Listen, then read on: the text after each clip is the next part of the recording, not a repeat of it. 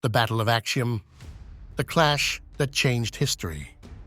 It was the year 31 BCE, and the world as Rome knew it teetered on the edge of transformation. The backdrop was the sprawling Ionian Sea, its waters shimmering under the Mediterranean sun, soon to be stained with the chaos of war. On this day, one final clash would decide the fate of an empire. On one side stood Octavian, the relentless architect of power, a man determined to remake Rome in his image. Opposing him was a duo entwined in ambition and passion: Mark Antony, the war hero and politician, and Cleopatra, the mesmerizing queen of Egypt. Together, their formidable alliance intertwined love and warfare in a story that would change the world. This is no ordinary tale of a battle. It is the story of a turning point, a clash of ideologies, ambitions, and destinies. The fateful confrontation at Actium would ripple through history, not only ending an era, but birthing one of antiquity's greatest empires, the Roman Empire. To understand why Actium became a pivotal moment, we must first step back. Rome, after decades of prosperity, found itself fractured and blood-soaked in the aftermath of Julius Caesar's assassination in 44 BCE. The mighty republic was no longer a bastion of unity, it was a battlefield of political ambition. In this chaos emerged the second triumvirate: Octavian, Caesar's adopted heir; Mark Antony, Caesar's loyal general; and Lepidus, a powerful but less ambitious ally. Together, they sought to stabilize Rome, dividing its vast territories among themselves. For a while, their uneasy alliance held, but ambition has a way of undoing alliances. Mark Antony took command of Rome's eastern provinces, where he forged a fateful alliance with Cleopatra of Egypt. This partnership began as political pragmatism. Antony needed Egypt's wealth and resources to secure his rule. But their relationship moved well beyond politics, blossoming into one of history's most infamous love affairs. To Rome, Cleopatra was no mere queen. She was a foreign threat, a seductress pulling Antony into her web while scheming against the Roman state. Meanwhile, Octavian consolidated his power in the West. He skillfully manipulated the Roman Senate and the public, portraying Antony as a traitor to Rome, enslaved by Cleopatra's will.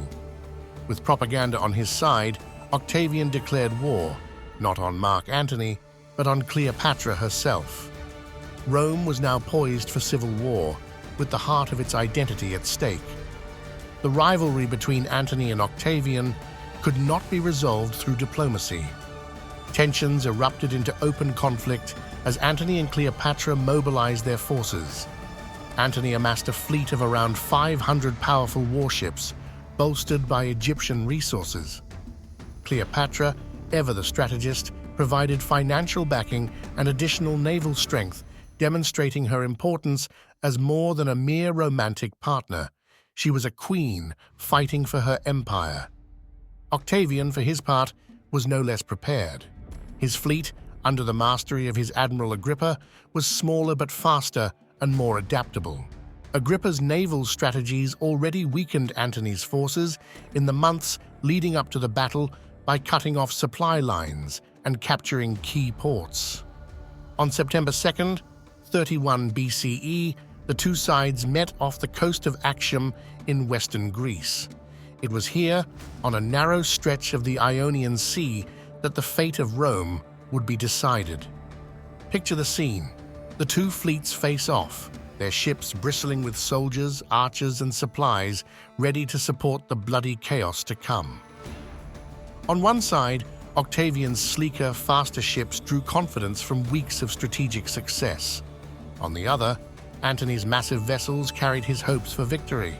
These ships were practically floating fortresses, relying on brute strength. The battle began with a flurry of activity as each side unleashed their forces. Antony's massive ships attempted to ram and crush the smaller vessels of Octavian's fleet. However, Agrippa's experience and tactics soon turned the tide.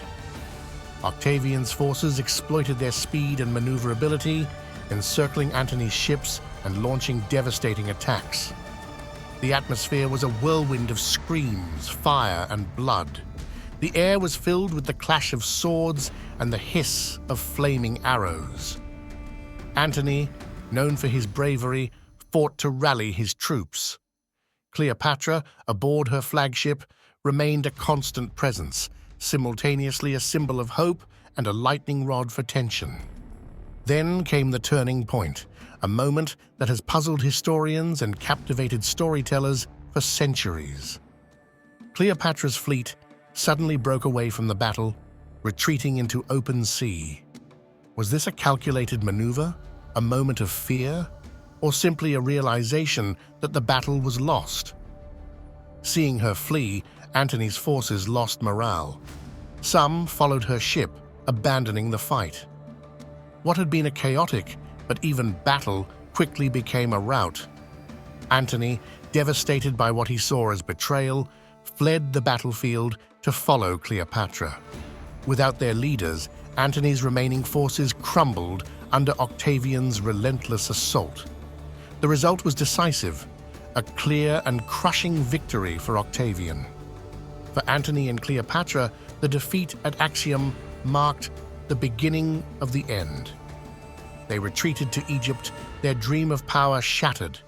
Surrounded and with no hope of escape, the lovers chose death over capture. Antony, consumed by despair, fell on his sword. Cleopatra, ever fearless, orchestrated one final act of defiance.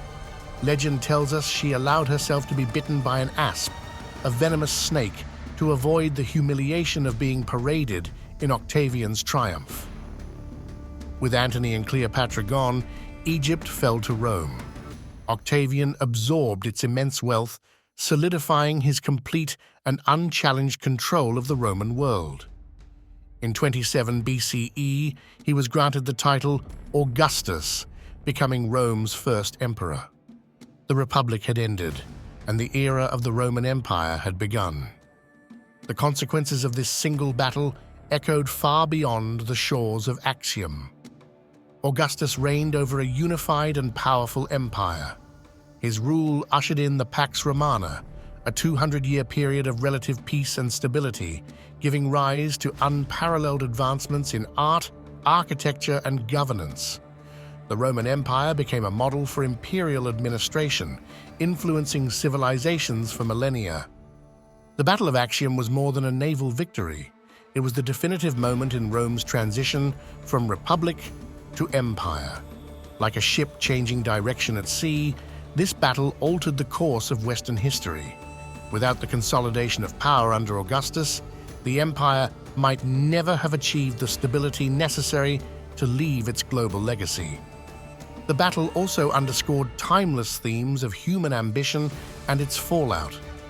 Antony and Cleopatra's defeat revealed the fragility of even the most grandiose alliances when personal ambitions and emotions collide.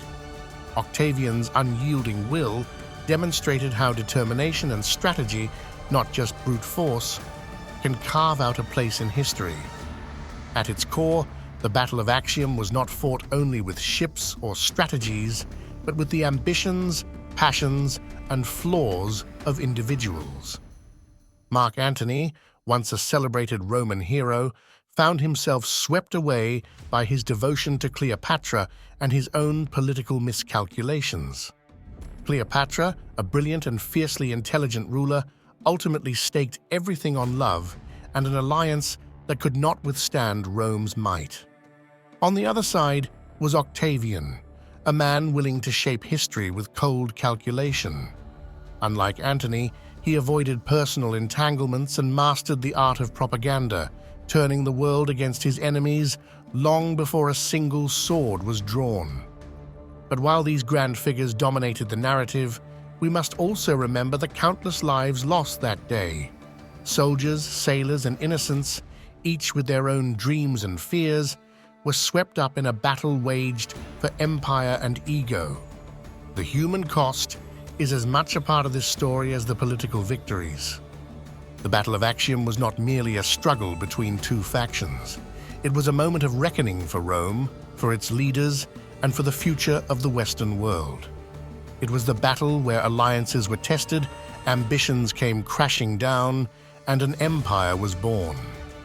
As history enthusiasts, we are left to ponder, what if Antony and Cleopatra had triumphed? Would Rome have remained fractured? Would the course of Western culture have taken an entirely different path? Ultimately, Actium reminds us that history is shaped not by inevitabilities, but by the choices, gambles, and sacrifices of those in power. The shimmering waters of Actium have long since returned to calm, but the echoes of that fateful clash remain imprinted on history. In the end, it was not just a naval battle, it was the crucible in which the Roman Empire itself was forged, forever altering the destiny of the world.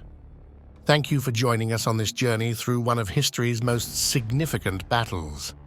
If you enjoyed this video, please like, share, and subscribe to our channel for more captivating historical content. Let us know in the comments which historical events you'd like us to explore next. Stay tuned for more exciting videos, and remember, history is not just about the past, but a window into our present and future. See you next time.